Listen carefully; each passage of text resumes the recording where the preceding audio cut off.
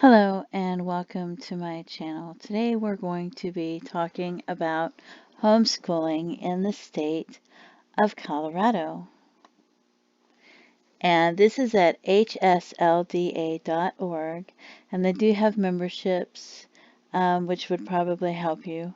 There are three options it says for homeschooling. It gives you the required ages, a notification is required, no teacher qualifications unless you use option 3.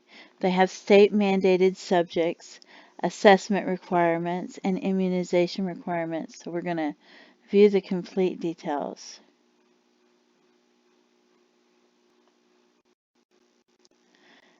Okay, and it says option 1, homeschooling, under Colorado's homeschool statute. 1, you decide who will homeschool your child. It must be provided by a parent, a guardian, or an adult relative designated by a parent. Members, please contact HSLDA if you have questions regarding how this applies to children taught in co-ops, because they do have co-ops formed by, I believe, 2 parents or more. Notify the school district that you are homeschooling. The homeschool statute requires parents to provide 14 days notice before you start a home-based education program and yearly thereafter. You may file this notice of intent with any school district in the state. The notice must include the names, ages, residence, and hours of attendance of the children to be taught.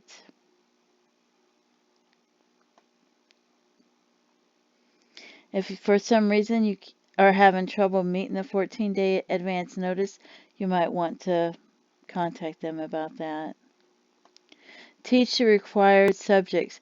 You are required to provide 172 days of instruction, averaging 4 hours per day in the following subjects: United States Constitution, reading, writing, speaking, math, history, civics, literature, and science.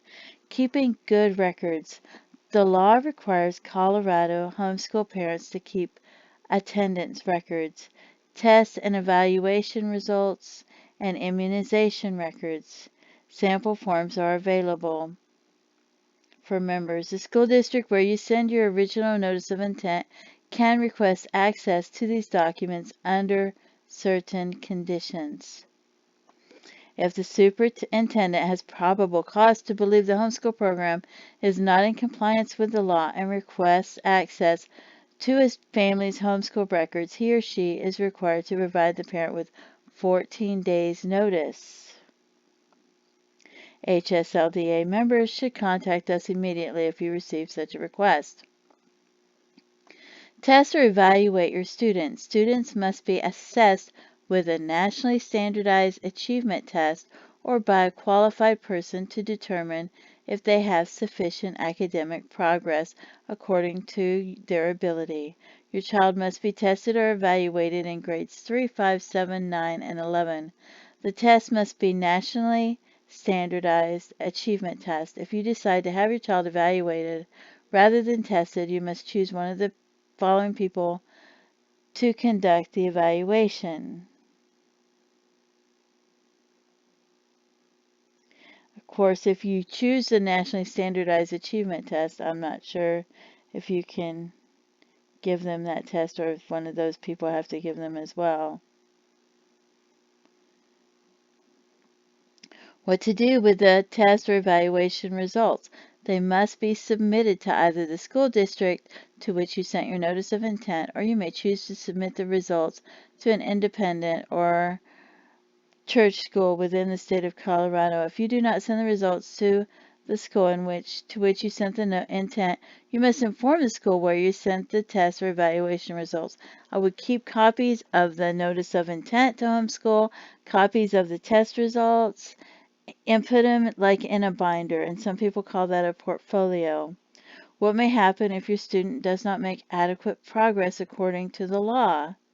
If they do not score above the 13th percentile on a nationally standardized achievement test, they can be given an alternate version of the same test or a different nationally standardized standardized achievement test. If the score is still below the 13th percentile, the school district will require the parent to place the child in a public, independent, or church school until the next testing period.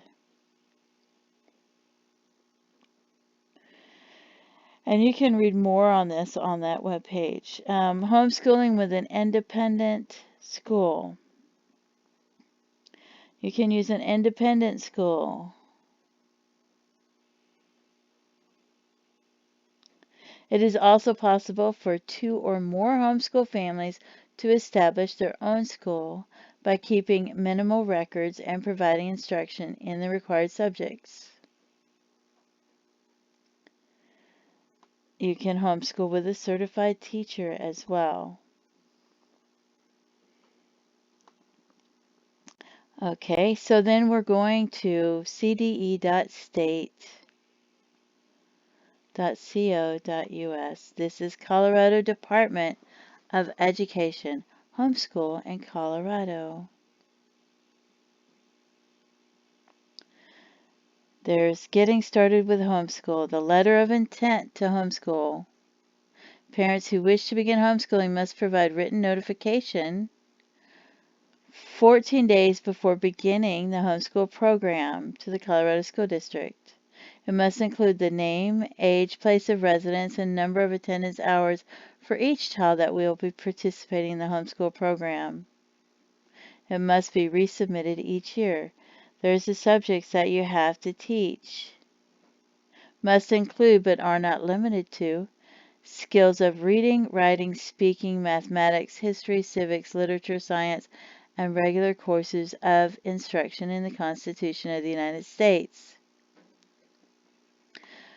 No less than 172 days of instruction, averaging 4 contact hours per day.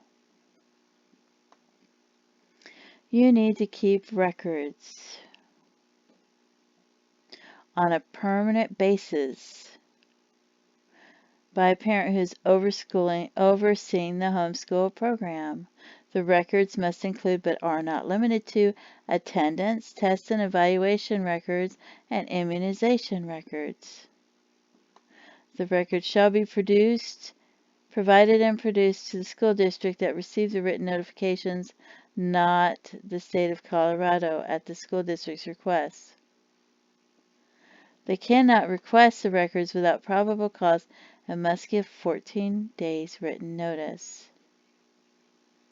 And you can read more about that. There's the assessment and evaluation.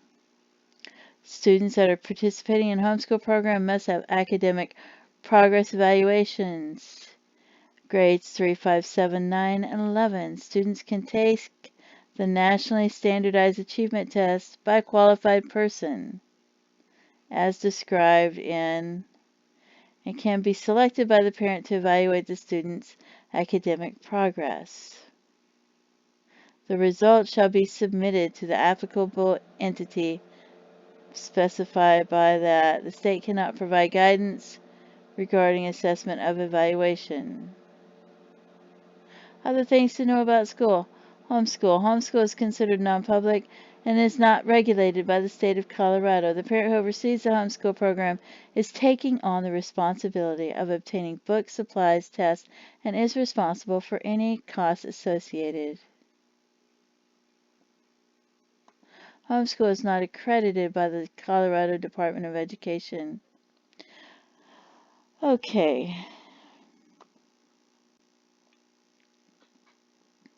I thought I would mention Schoolhouse Rock because they have all these subjects and you have young children and you're trying to find ways to teach these young children things like civics, mathematics, economics, science, and grammar. And Schoolhouse Rock, you can find these videos on YouTube. People have playlists of videos on YouTube. And here's the different subjects. So even though this is not a curriculum, these are good videos for like breaks or just to add into your curriculum maybe. So there's multiplication, Grammar Rock, which teaches noun, verbs, conjunctions, and all of this right here is the subject. and then right here. So, and then scroll down. America Rock teaches about American independence. See the subject? United States Constitution, immigration, Declaration of Independence, branches of the government, electoral college, voting for the president. And this is other subjects for science. So this might help you if you're trying to work in the variety of subjects to young children, to introduce them or to help them learn about it. So I just thought, because you always need resources, so the more resources, the better. And then if you're trying to keep attendance, and you can go online if you have a printer, and you can get a free printable calendar like this with the boxes, and you can highlight or mark off the days that they're doing homeschool and put it in your binder or portfolio with your letter of intent or affidavit and your test records and your immunization records and everything you need to keep. This is free curriculum, complete curriculum homeschool. It's Christian curriculum homeschool. It's all in OneHomeschool.com. And it does have, when you try to join, you go to PayPal to donate, but you can click cancel and skip donating, and there's free curriculum, and there's the subjects. And it uses different web pages so that it's not just all in one web page. So they click and go to different web pages, and it makes it fun. So, and it goes up to high school. So they have a separate high school place, I believe. But I really liked all-in-one homeschool. And so make sure that when you do the homeschooling, that you keep some of the sample pages of work that the student does in your portfolio or your binder. Even if they're doing this, they're going to be doing written work here and there. So keep the written work, or at least some of it, so that you have samples of their work. I would keep probably my favorites, but you want to keep it spread out, beginning of the year, middle of the year, end of the year, different places, but or that shows different levels. This is Khan Academy, which is also free. It is free curriculum. And you can see that it teaches different grades, goes all the way up to second grade, which is pre-K, all the way up to the high school and college subjects. So, and it has government and civics and things like that. So this is also another place where you can get free curriculum to homeschool. And this is a sample when I was homeschooling, and I'm not going to say that this is the right way to do it. This is just the way that I did it. Everybody does it differently. But this is what I did, and I was emailing it to myself at the time so that I would have it. I would put day 1 because I had to do so many days of the year. And then I would put the date, and then I would put the time, and like if we were on the internet using this, and then I put what subjects we did. So, and I started out doing it one way, and then I tried to make it better here and there. But math, find the number, greater than, less than, number game, watch the shape song, 8:45 to 11:15. I did history, typed it in there twice. I don't know why. But, and then it's not as organized maybe as it should have been. But this is what she did. She listened to the Paul Bunyan song, had discussion, tried to read a poem, fast tongue twister. Needs to do it a few more times. Read about Paul Bunyan, discussion, watched a Paul Bunyan cartoon. She watched a John Henry video, discussion, learned about tall tales. And this is how I did it. And then I changed it a little bit over time. But I just needed a fast way to be able to keep her records that was easy for me because I hadn't homeschooled in years. And so this for a while I was doing the start time and the end time, even though the start time of the next subject was the end time of the last one, and that might have been a bit overkill. For health, I put she played the food group calorie counting game. Language arts.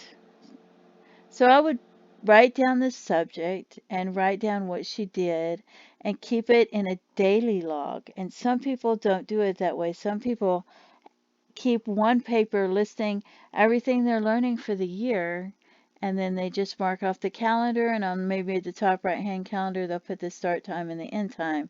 But I thought that this was more complete records for me, and I thought it was better. So day 2, August 8th, she's spelling words, and I didn't put what her spelling words were, but there she's learning about the food groups. Then she's learning about adjectives, adverbs, interjections, and conjunctions. And on this day, it looks like she was probably watching Schoolhouse Rock videos, along with working with them on paper and stuff like that. So she was behind in her reading, and we were just homeschooling her long enough to get her back to her reading level. And during the year, I think she went up like 5 or 6 reading levels, and then at school she only went up like 2 reading levels, but she was behind, and all we were doing was trying to get her caught up. So, but this is the way we did it. So I would try to keep track of the subjects and the time that she did and what she worked on. And she worked on typing as well. And she practiced her vocabulary words, did her computer, and did her practice her typing. So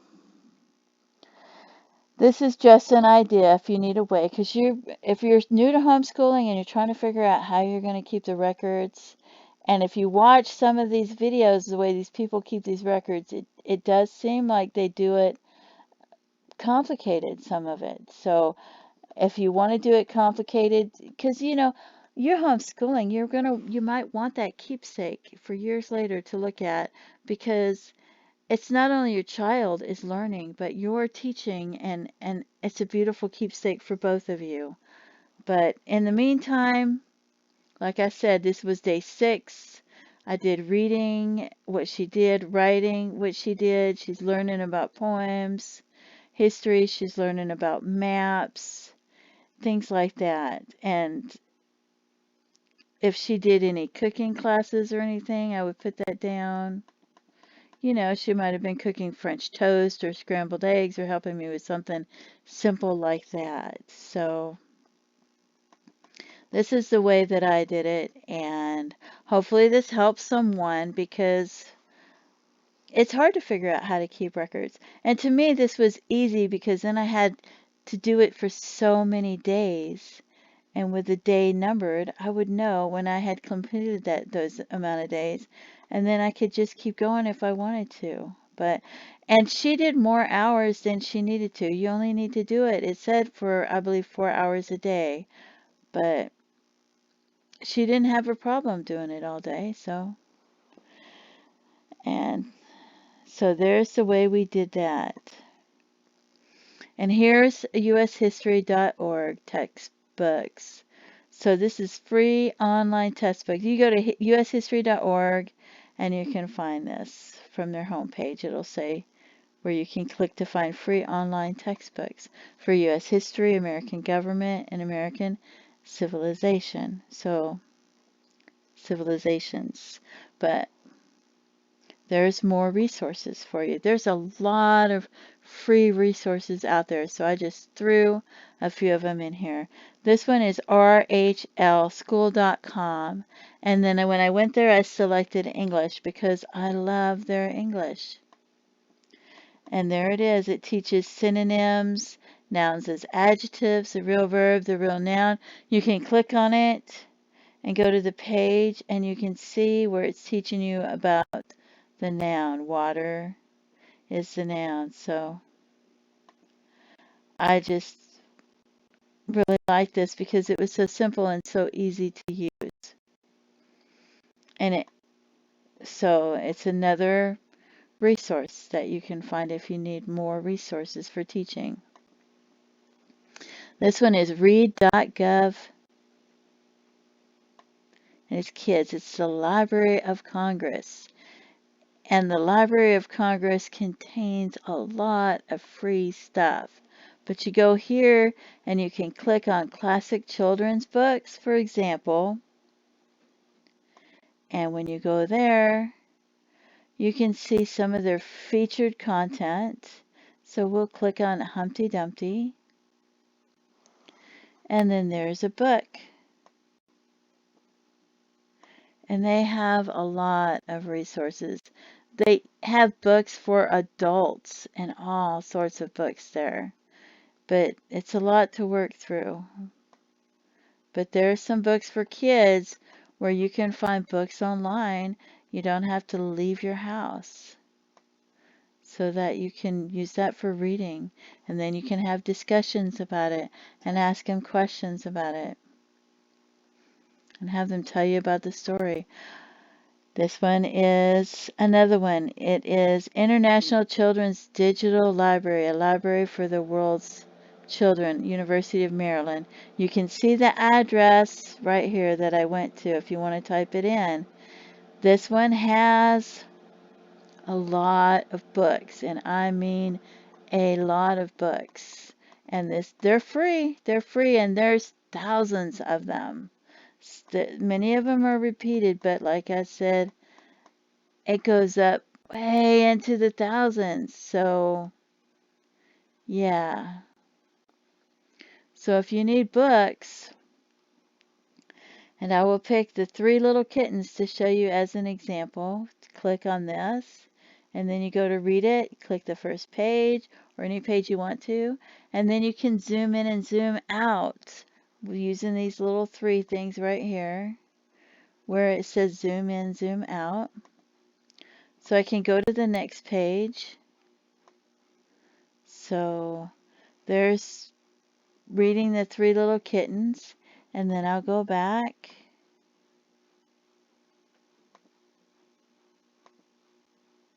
And then I can pick another book if I want to. I can pick Aladdin. And then I'll go here to read the book. And instead of clicking that, I'm going to, oh, look at all the photos. So there's the book of Aladdin. And that book has a lot of photos if you just want to click on the photos to see them. But it has different books. So many. So if you're looking for a resource for books, there's Aladdin and Other Fairy Tales.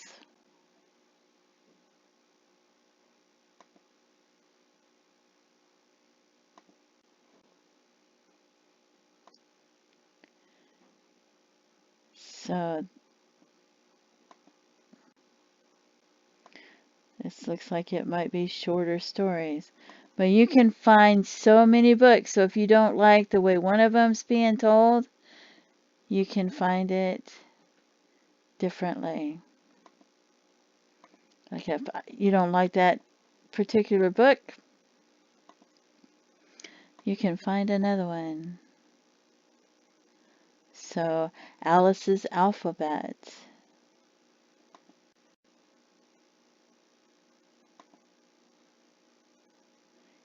Oh, that's beautiful. So you can find a lot of books here. And you can go through them and you can see what they have. And it's easy. Some of them have a lot of pages, like A Christmas Carol. So you'll see all these pages open up when you go to open it. Don't be frightened. You can just pick one and start there and go backwards and forwards. So if I wanted to pick right here, I could start here. And then you've got the back and forward page to scroll through. But there are so many books. And there are so many free resources. And if you join a homeschool support group, they probably will help you with other resources as well.